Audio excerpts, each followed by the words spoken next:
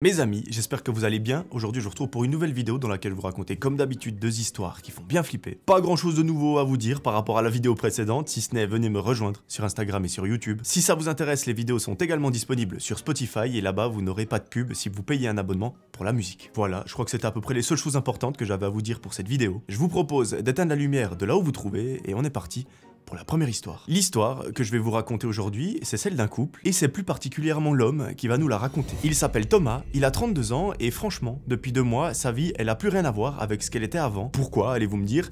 Tout simplement parce qu'il est devenu papa. Il nous explique qu'avec sa femme, ils attendaient ce moment depuis très longtemps, alors pour eux, c'est vraiment une bénédiction d'avoir ce petit bébé. Thomas nous explique que depuis son arrivée, leur vie tout entière tourne autour de leur fils. Les biberons, les pleurs, les nuits blanches, et il nous dit que même si c'est dur et qu'il a l'impression de traîner une fatigue permanente, eh bien, quand il regarde son petit bébé, c'est juste le plus heureux du monde. Ça lui fait vraiment quelque chose au fond de lui qu'il n'arrive même pas à expliquer. Et ça, j'ai l'impression que c'est valable pour tous les parents. Donc, depuis un petit moment, sa femme et lui, ils sont aux anges. La nouvelle famille habite au premier étage d'un petit immeuble. C'est pas hyper grand, il y a 2 chambres. Un minuscule salon qui donne sur la rue avec une grande baie vitrée. Une cuisine qui est relativement petite, mais pour Thomas et sa femme et leur bébé, ça suffit amplement. Et l'essentiel, c'est que dans cet appartement, ils se sentent bien. Mais il y a quand même un ou deux détails qui les dérangent. C'est que les murs, ils sont beaucoup trop fins, donc malheureusement, ils entendent souvent les voisins qui marchent au-dessus ou ceux qui crient en bas. Enfin bref, c'est ce genre d'appartement où on entend absolument tout, on a l'impression de vivre avec tous ses voisins. Et ça, vous allez me dire, c'est pas très ouf. Avant, ça ne dérangeait pas Thomas, mais maintenant, ça le perturbe un peu et il y fait beaucoup plus attention, surtout depuis qu'il y a le bébé. Au moment où l'histoire elle se passe, la femme de Thomas, elle essaye tant bien que mal de garder la tête hors de l'eau, mais Thomas nous confie qu'il voit bien qu'elle est juste à bout. Elle dort pas, elle court toute la journée entre les lessives, le supermarché, les repas et le bébé qui réclame tout non-stop. Et lui,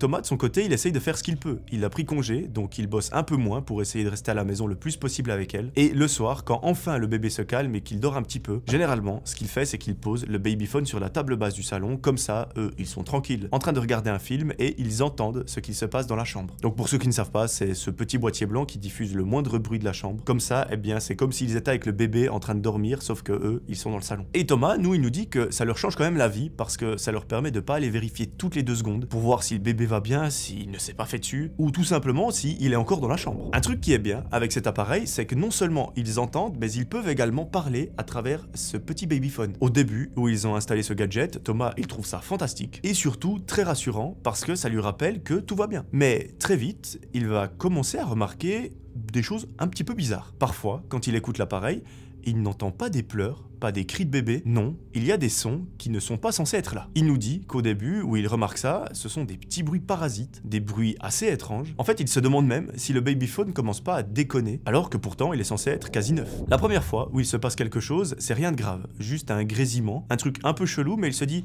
ok, c'est normal, c'est sûrement les ondes, ça capte un voisin ou je ne sais quoi. Mais plus les jours passent, plus il se dit que peut-être c'est pas ça. Peut-être qu'il y a autre chose. Et perso, en lisant l'histoire, je pensais pas à une chose pareille. Mais bon, je ne vous spoil pas. Un soir, alors que Thomas est tout seul dans le salon devant la télévision et que sa femme est partie dormir, notre ami, il va garder le babyphone près de lui pour surveiller son bébé. Jusque-là, rien d'anormal. Et dans sa tête, Thomas, il sait que son bébé, il dort profondément. À un moment, à force de regarder le film, Thomas, il commence à s'assoupir un petit peu et il va être réveillé par quelque chose de très glauque. C'est une sorte de murmure. Il se réveille, il regarde autour de lui pour voir s'il y a sa femme, mais malheureusement, il est tout seul. Il regarde le babyphone et il voit que son bébé va bien et qu'il dort encore. Du coup, ça pourrait être la télévision. Premier réflexe de Thomas, c'est d'éteindre la télé. Il nous raconte qu'il pense que c'est peut-être la fatigue, que c'est sûrement ses oreilles qui lui jouent des tours. Du coup, il prend son babyphone, il va se coucher près de sa femme et il finit par s'endormir. C'est le lendemain après-midi que l'histoire reprend. Thomas, à ce moment-là, il est tout seul à l'appart parce que sa femme est partie faire des courses et le bébé, lui, il fait sa petite sieste. Et là, notre ami, il entend clairement un truc. Il est posé sur son canapé en train de bosser en télétravail avec le babyphone devant lui et au début, il entend juste un souffle. Mais c'est pas le souffle d'un bébé ou un souffle normal, c'est un souffle assez long, presque comme s'il était humain. À ce moment-là, Thomas, il va faire un bond de son canapé parce qu'il va entendre une voix grave dans le babyphone qui dit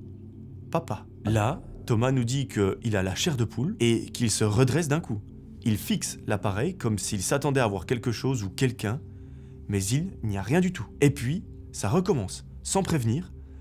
Quelqu'un dit « Dis papa ». Et là, il bondit, Il court ouvrir la porte de la chambre et le bébé est là. Il est profondément endormi, il est tout tranquille. Et ce qui est sûr, c'est que la voix, elle ne vient pas de lui, elle vient visiblement d'ailleurs. Thomas, il nous raconte qu'à ce moment-là, il arrache la prise de babyphone, vraiment il la débranche d'un geste assez nerveux et il reste planté là, immobile, avec le cœur qui bat à 1000 à l'heure. Il tremble d'absolument partout parce qu'il se dit mais qu'est-ce qui vient de se passer? Lui, dans sa tête, il essaye de se convaincre que peut-être un voisin a le même appareil et que les ondes se sont croisées. C'est un peu la théorie pour se rassurer, mais au fond de lui, il a un sentiment très bizarre. Quand sa femme rentre les bras remplis de courses, il ne lui dit rien. Il nous explique qu'en fait elle est hyper fatiguée et qu'il n'a pas envie de lui rajouter une couche d'angoisse, alors qu'il ne sait lui-même pas ce qui s'est réellement passé. Les jours suivants, Thomas il commence à regarder tout le monde différemment. Quand il croise les voisins dans l'escalier, il ne les regarde pas pareil. Le vieux couple du rez-de-chaussée, la famille du 4e, le type du 2e qui vit seul, enfin bref, tout le monde y passe. Et ce fameux mec d'ailleurs qui vit seul au 2e étage, Thomas il nous raconte que la sensation est particulièrement étrange avec lui. Il nous dit qu'il l'a toujours trouvé un petit peu transparent. Ce mec est assez banal, mais il a un style qui se reconnaît bien. Il le décrit comme un homme très grand, avec de longs cheveux blonds bouclés, une barbe mi-rousse, mi-blonde et surtout les yeux bleus. Donc c'est vraiment, en gros, quelqu'un qu'on arrive à reconnaître assez facilement. Ce voisin, quand il croise Thomas, il baisse toujours les yeux. Et ça, notre ami, c'est un peu la seule chose chelou qu'il a détectée en ce moment. Et un soir, tout recommence. Sa femme est sous la douche, le bébé dort enfin et le babyphone est sur la table du salon. Ça grésille un petit peu, Thomas il retient son souffle parce qu'il se demande si ça va recommencer, alors il se concentre vraiment pour écouter ce qui se passe. Et là, ce n'est pas une voix ou des mots qu'il entend, c'est un rire. Un rire très court, mais il est clairement humain. Et ça, Thomas nous dit que ça l'a bien plus fait bader que tout ce qu'il avait entendu jusqu'à maintenant. Parce que là, en fait, ça ne peut plus être du hasard. Il se dirige donc vers la chambre de son fils, et tant pis s'il le réveille un petit peu. Il a juste besoin de le prendre dans ses bras et de le serrer contre lui. Il nous dit qu'à ce moment-là, son intuition lui dit qu'il y a vraiment quelque chose qui cloche. Après, vous me direz, c'est probablement le fait d'être un père qui le rend très protecteur. Mais là,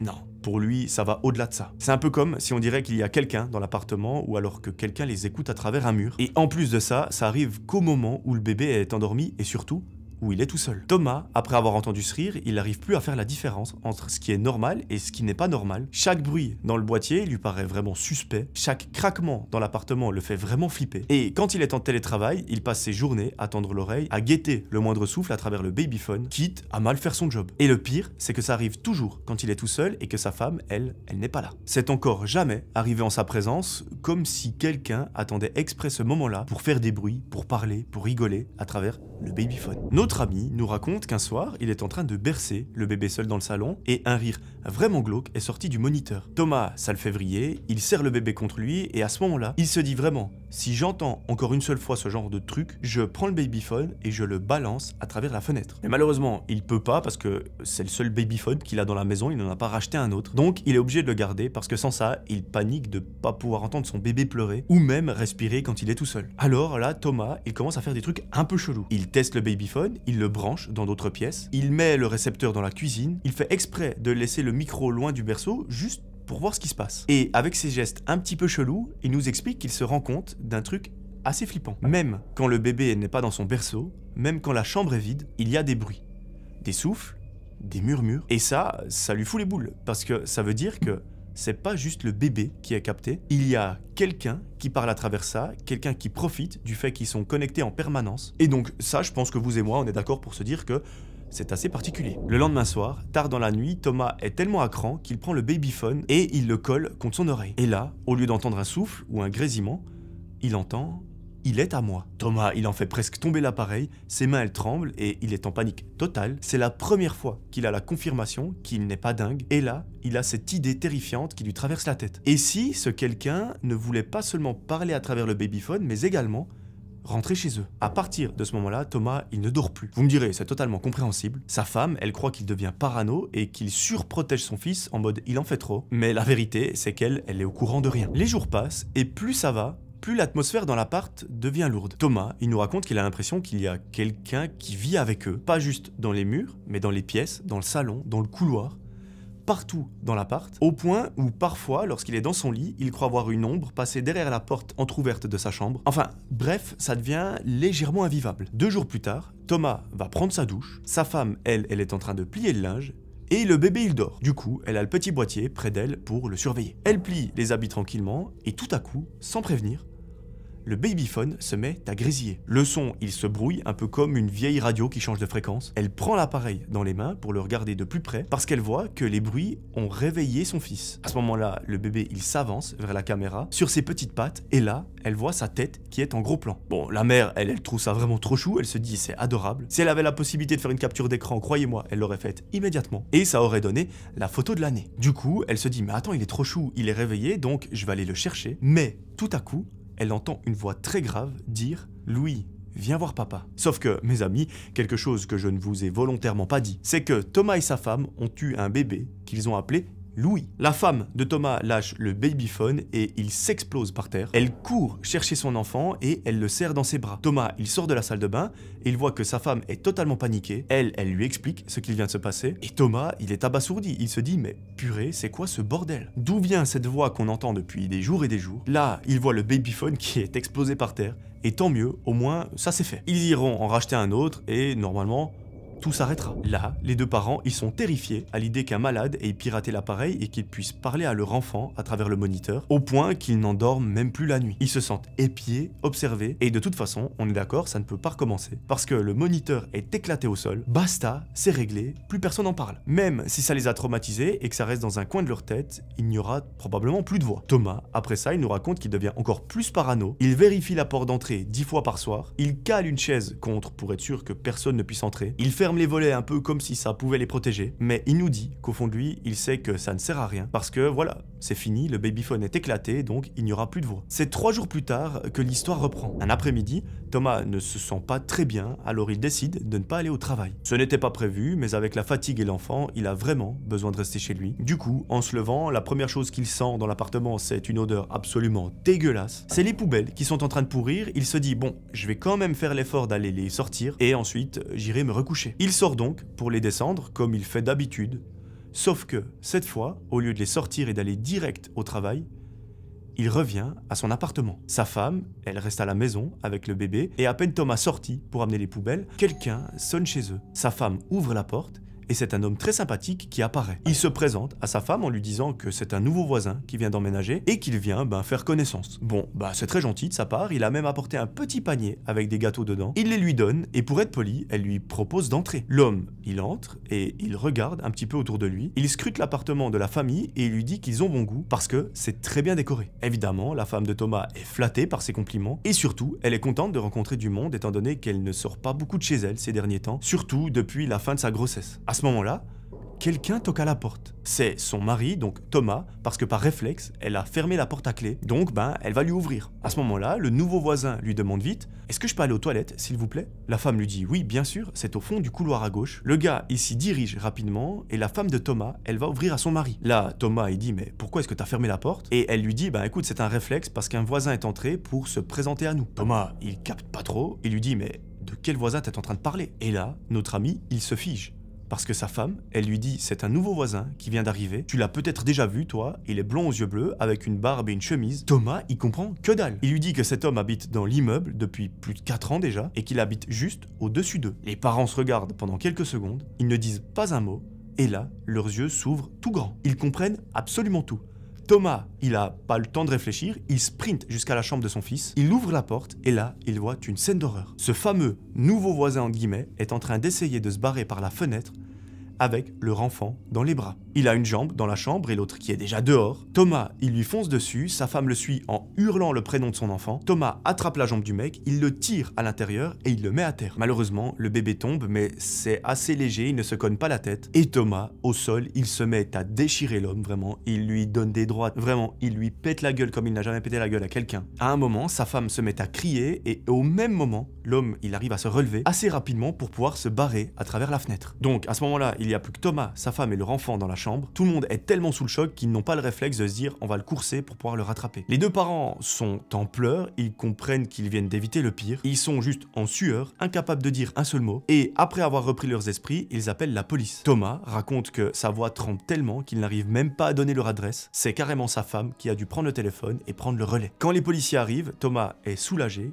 Ils écoutent, ils prennent des notes, ils font répéter la description de l'homme plusieurs fois, et sa femme, elle confirme mot pour mot. Après ça, les policiers vont fouiller l'immeuble et la cour, mais il n'y a rien. La police, elle repart alors avec un rapport et promet de revenir vers eux dès qu'ils auront du nouveau. Autant vous dire que les jours suivants ont été pire que tout. Chaque fois que Thomas croise un voisin, il scrute son visage, ses yeux et ses gestes, et aucun ne correspond à l'homme qu'ils sont en train de chercher. La police, elle n'a trouvé personne avec cette description dans l'immeuble. C'est un peu comme si l'homme n'avait jamais existé ou qu'il n'avait jamais habité ici. Et le problème, c'est qu'il n'y a pas de témoins, pas de plainte similaire, aucune caméra qui montrait quelqu'un ou sortir du couloir. Donc, pour le plus gros désespoir des parents, c'est un dossier classé sans suite. Thomas, ça, il nous dit que ça l'a démoli. Parce que pour lui, ça voulait dire qu'ils étaient seuls, que la police ne les protégeait plus, que personne ne viendrait les protéger si ça venait à recommencer. Donc autant vous dire que c'est très désagréable à vivre. Après ça, les parents ils essayent de continuer à vivre normalement, mais c'est extrêmement dur. Une chose est sûre, c'est qu'il est hors de question pour eux de racheter un babyphone. Ils ne savent pas comment ce malade a fait pour se mettre sur la même fréquence qu'eux. Est-ce que c'est un bug de l'appareil? Est-ce que c'est une sorte de faille? Ils se disent que c'est sûrement quelqu'un qui s'y connaît bien mieux qu'eux, et que les murs de l'immeuble ils sont tellement fins que peut-être il était derrière leur porte, qu'il a entendu leur conversation, donc que Thomas allait à la douche et qu'elle, elle restait dans le salon. Enfin, on peut vraiment tout imaginer. Et voyant que ça devenait trop compliqué pour eux de rester dans cet appartement, dans cet immeuble, ils ont pris une décision qui pour moi est juste la meilleure à prendre dans un cas comme ça. Ils ont pris leur clic et leur claque et ils ont déménagé. En plus de ça, dans le nouvel appartement, leur bébé dort tout le temps avec eux. Et j'ai envie de dire, ce n'est pas une mauvaise chose. Voilà, on a fini cette première histoire, j'espère qu'elle vous aura plu. Imaginez-vous habiter dans votre appart avec votre nouvelle vie, votre femme et votre enfant qui vient de naître. Donc vous êtes juste les plus heureux du monde et à ce moment-là, quelqu'un tente de kidnapper votre enfant. Je ne préfère pas imaginer à quel point ça doit être terrible à vivre. En tout cas, nous on est contents parce que le bébé va bien, la femme va bien et Thomas également. Ils sont plus dans cet immeuble ni dans cet appartement, donc leur vie peut reprendre un cours normal. Par contre, j'imagine bien qu'une histoire comme ça laisse de sacrées séquelles. Voilà, on est à l'entracte, j'espère que cette première histoire vous a plu, et moi je vous propose de ne pas attendre plus que ça avant de passer à la deuxième. Le seul petit truc que je vous demande, c'est rejoignez-moi sur Instagram, cliquez sur le bouton suivre et écrivez-moi un petit message. Peut-être que j'en demande un petit peu trop, je suis désolé. Cette deuxième histoire, c'est celle de Naomi. À ce moment-là, Naomi a 33 ans et elle vit dans une petite maison en pleine ville. Elle est en couple depuis 2 ans et demi, son copain n'habite pas avec elle parce qu'il a son propre appartement, également au centre-ville, et qu'ils ont décidé de prendre leur temps avant de se lancer ensemble. Ça fait qu'ils passent souvent le week-end chez elle, mais la semaine, chacun garde son espace, et ça leur convient parfaitement. Naomi, elle nous explique qu'elle travaille comme vendeuse dans une boulangerie. C'est pas le job de ses rêves, mais elle s'y sent vraiment à l'aise. Elle connaît bien les clients, elle aime sentir l'odeur du pain chaud le matin, et puis elle s'entend bien avec ses collègues, donc j'ai envie de dire, tout va bien. Son patron, par contre, il n'est pas toujours facile, mais il est juste, et au fond, elle sait qu'elle pourrait rester encore longtemps dans cette routine sans vraiment s'en plaindre. Sa vie, c'est un petit peu le fameux métro boulot dodo, enfin plutôt bus, boulot, appart. Enfin bref, la routine. Naomi, elle aime bien les petits détails de son quotidien, son trajet en bus où elle met sa musique dans les oreilles, ou quand elle scrolle sur le téléphone. Elle aime bien aussi ses repas avec son mec quand ils arrivent à se voir dans la semaine. Naomi, c'est quelqu'un qui n'a pas beaucoup d'amis proches, elle a quelques copines qu'elle voit de temps en temps, mais rien de régulier et elle ne s'en plaint pas. Après tout, elle c'est quelqu'un qui a toujours aimé les choses simples et surtout les choses stables. Donc tout ce qui est amitié un peu en mousse, elle veut pas. Naomi, elle a une petite routine, c'est quand elle prend le bus pour aller à la boulangerie le matin, elle choisit toujours la même place. Elle aime regarder dehors, même si elle ne fait plus vraiment attention au paysage parce que c'est toujours pareil. C'est les mêmes rues, les mêmes feux rouges, enfin, il n'y a rien de nouveau. En général, elle ne fait pas trop attention aux gens qu'il y a autour d'elle, elle se concentre sur son téléphone. Et surtout, eh bien, elle laisse le temps passer. Le soir, en rentrant, c'est généralement pareil, le même bus et le même trajet qu'à chaque fois. Mais le dimanche, c'est un jour où elle prend son temps.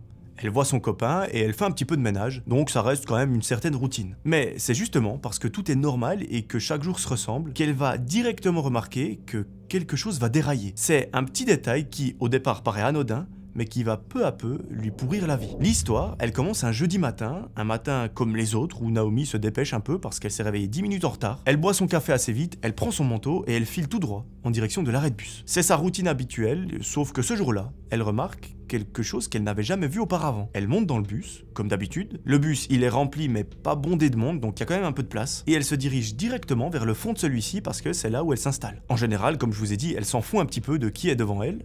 Mais là, au moment où elle lève sa tête, elle croise le regard d'une femme assise juste en face d'elle. C'est une femme qu'elle ne connaît pas, un visage neutre, pas forcément inquiétant, mais il y a quelque chose dans la manière dont elle la fixe qui va lui faire un petit peu tilt. Naomi, elle détourne vite les yeux et elle sort son téléphone de son sac. Elle se dit que c'est sûrement rien, que ça arrive souvent qu'on tombe sur des inconnus qui insistent un petit peu du regard, et surtout sans raison particulière. Une fois arrivée au travail, pendant la journée, elle ne pense plus du tout à ça, et le soir, quand elle rentre, elle fait sa petite soirée tranquillement chez elle. Le lendemain matin, elle remonte dans le même bus, encore un petit peu fatiguée, et sans réfléchir, elle s'installe au même endroit que la veille. Naomi nous dit que cette femme est encore là, à la même place assise, pile en face d'elle. Notre amie, elle fronce légèrement les sourcils, elle reconnaît son visage immédiatement. Pour elle, ce n'est pas un hasard, enfin... si, ça peut en être un, parce que vous me direz que Naomi elle s'installe toujours au même endroit, peut-être que c'est le cas également pour cette femme, mais quand même, ça la perturbe un peu, elle se dit qu'elle ne va pas la fixer, alors elle regarde son écran de téléphone et elle traîne un peu sur les réseaux sociaux. Sauf que quand elle fait ça, elle sent du coin de l'œil le regard de cette femme qui la fixe, et autant vous dire que c'est très gênant. Le samedi, elle bosse aussi, mais un petit peu plus tôt qu'en semaine. Et encore une fois, quand elle prend le bus, la femme est toujours à la même place et toujours avec ce même regard en direction de Naomi. Bon, notre amie à ce moment-là, elle commence à trouver ça vraiment chelou. Le lundi suivant, c'est pareil, le mardi encore. En fait, ça devient vraiment une habitude au point où elle s'y attend presque, et ça commence légèrement à l'agacer sans qu'elle sache vraiment pourquoi. Mais un fameux matin, quelque chose change. Naomi monte dans le bus et quand elle la voit, elle ne capte pas trop. La femme a la même coupe de cheveux qu'elle, mais genre exactement la même. En fait, elle nous décrit qu'elle s'est fait un carré légèrement plongeant quelques semaines plus tôt, avec une mèche qui tombe sur le côté et une teinture blonde. Et là, cette femme a exactement la même coupe et la même couleur qu'elle. Alors que, de base, la première fois où elle l'a vue dans le bus, elle avait une coupe de cheveux brune, donc un petit peu chelou le détail quand même. Naomi, elle fixe du coup la femme un petit peu trop longtemps et elle s'en rend compte. Cette dame, elle lève la tête, elle lui sourit et là, à nouveau, elle la fixe et elle ne la lâche pas du regard. Naomi, elle essaye de se convaincre que c'est juste une impression, que ça arrive d'avoir les mêmes idées de coiffeur au même moment que quelqu'un, ou même peut-être de s'inspirer, mais là, au fond d'elle, elle sent un truc bizarre. Et le lendemain, c'est encore pire. Naomi s'installe comme toujours, elle croise les jambes et à peine une seconde plus tard, la femme croise les jambes exactement de la même manière. Naomi se gratte la joue, la femme se gratte la joue, Naomi passe la main dans ses cheveux, la femme passe la main dans ses cheveux, et elle nous explique que ça se remarque à peine, comme si c'était discret ou comme si ça devait pas être flagrant. Mais notre amie, elle est pas bête, elle est pas née de la dernière pluie, elle capte tout de suite que cette personne est en train de la copier. Et là, elle sent un frisson qui lui traverse tout le dos, un truc qui lui donne envie de descendre du bus absolument tout de suite. Mais bon, elle essaye de ne pas réagir et elle reste collée à son téléphone, mais au fond, elle flippe un tout petit peu. En fait, elle se pose la question, mais pourquoi est-ce que cette dame m'imite comme ça? Quand elle descend du bus, Naomi, elle est soulagée, mais ça va clairement pourrir sa journée de travail, parce que, vous vous en doutez bien, elle va penser qu'à ça. Elle se demande ce que cette dame lui veut, pourquoi est-ce qu'elle l'imite, et si elle fait ça pour le fun, c'est pas drôle. Du coup, dès le lendemain, elle a une idée. En fait, elle se dit qu'elle va changer et prendre le bus d'après, histoire de casser un peu sa routine, et au moment où elle entre dans le bus, elle arrive au fond, elle se dit, mais c'est quoi ce bordel? La fameuse femme est déjà assise exactement au même endroit, comme si elle avait deviné que Naomi allait prendre le bus d'après. Et cette fois, c'est encore pire que la veille, étant donné qu'elle est maquillée exactement comme Naomi. Notre amie, elle nous dit que sa petite touche, sa petite particularité, c'est son eyeliner. Elle nous explique qu'elle fait toujours un trait qui se termine par un petit point assez discret. Elle fait toujours ça, et personne ne remarque jamais, sauf ceux qui sont très proches d'elle, style sa mère, son copain. Et là, cette dame, en face d'elle, a fait pareil. Naomi, pour elle, c'en est un peu trop, elle ne dit rien, mais dans sa tête, elle a juste envie de lui péter la gueule. Vous allez voir, c'est pas fini. Parce que, comme je vous ai dit, jusqu'à maintenant, ça s'arrête au bus. En mode, elle entre, elle est là, elle est assise.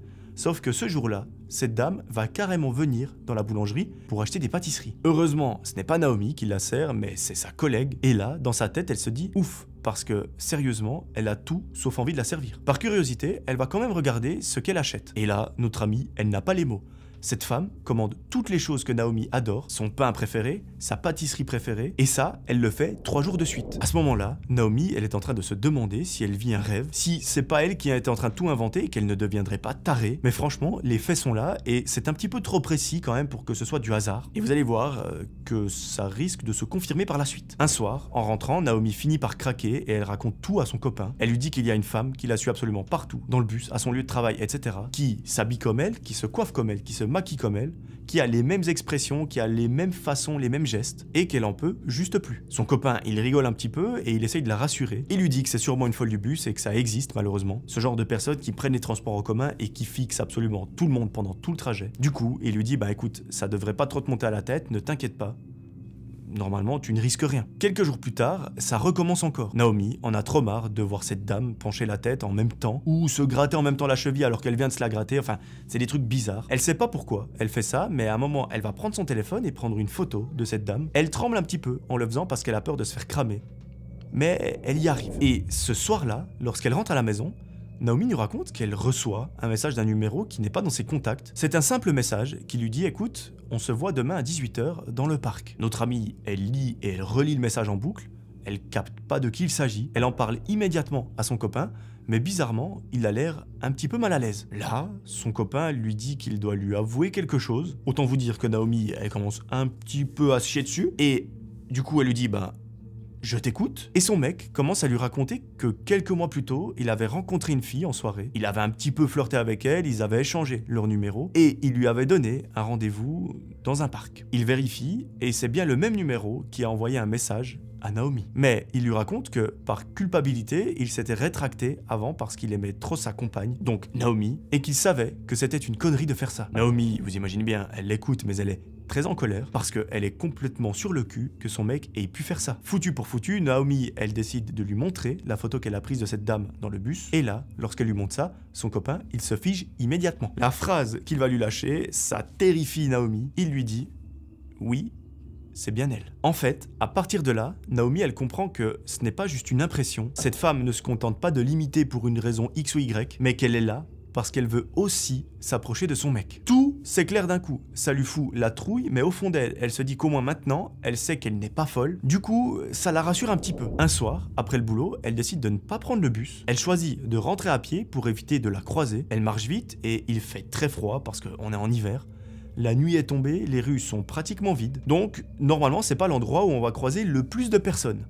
Sauf que, lorsque Naomi est en train de marcher, elle sent qu'un malaise est en train de s'installer parce qu'elle ressent comme une présence derrière elle. D'abord, c'est assez loin, mais ça se rapproche petit à petit. Du coup, elle accélère le pas, elle regarde quand même derrière elle pour voir si ses doutes sont confirmés. Et effectivement, elle est suivie. Elle se dit donc que c'est le meilleur moment pour se mettre à sprinter, donc elle ne réfléchit pas parce qu'il faut s'enfuir. Cette personne qui la suit, elle est toute en noir et elle porte une sorte de masque. Là, autant vous dire que le sang de Naomi, il se glace complètement. Elle continue de sprinter, sauf que ses jambes, elles ne vont plus tenir très longtemps après la journée de travail. Donc, elle tourne dans une petite ruelle qui est mal éclairée en pensant semer la personne, sauf que c'est l'erreur à ne pas faire parce qu'à peine elle arrive au milieu de la rue, qu'une silhouette apparaît. Cette silhouette, elle n'a pas un masque classique, c'est pas un truc de carnaval ou quoi. C'est un masque qui est tout noir, tout lisse, sans bouche, juste deux petits trous pour les yeux. Et Naomi, elle nous décrit ça comme si c'était un masque pas humain, mais comme une créature. Et donc, c'est juste impossible de deviner s'il s'agit d'un homme ou d'une femme, si cette personne est jeune, vieille, parce qu'en plus de ça, elle a un manteau assez large qui cache un peu sa corpulence. Et malheureusement, Naomi, elle n'a pas le temps de réfléchir ou même d'agir. La silhouette, elle lui fonce droit sur elle et elle lui met sa meilleure droite. Le choc pour Naomi, il est monstrueux, elle s'écroule par terre, parce qu'en plus du coup de poing dans la tête, elle lui a mis un coup de poing dans les côtes, et ça lui a complètement coupé le souffle. Elle tombe à genoux, sur le sol, elle est incapable de respirer correctement, elle a juste l'impression que son corps est en train de la lâcher, et là, elle croit que cette personne va l'enchaîner, qu'elle va continuer à la frapper, ou même lui voler son sac, parce qu'après tout, elle ne sait pas pourquoi elle fait ça, mais non,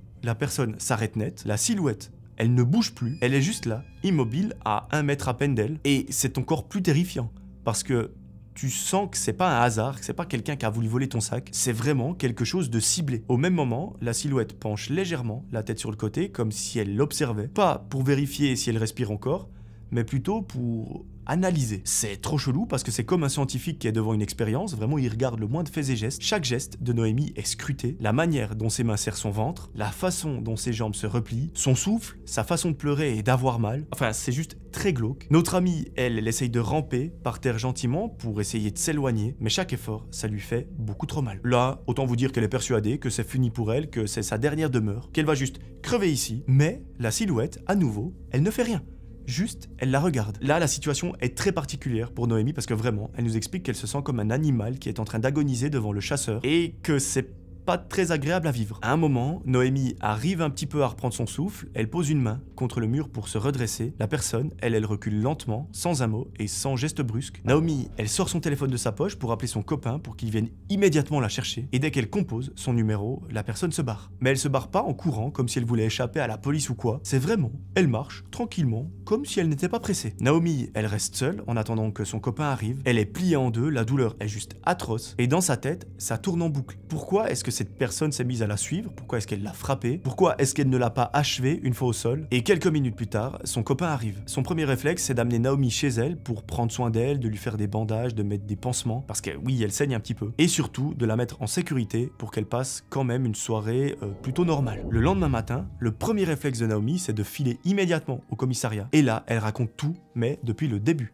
La femme dans le bus qui l'imite, les coiffures copiées, le maquillage, le message qui a été envoyé et maintenant cette silhouette masquée qui l'a frappé dans la rue pour l'observer. Au début, le policier qui prend sa déposition a ce regard un petit peu sceptique, en mode la personne qui était en train de faire une déposition est complètement parano ou folle, mais Naomi, elle a une carte en main. Elle sort son téléphone et elle montre la photo qu'elle avait prise de cette personne dans le bus. Et là, le visage du policier, il change complètement. Il prend le téléphone, il fixe longtemps l'écran et il se redresse.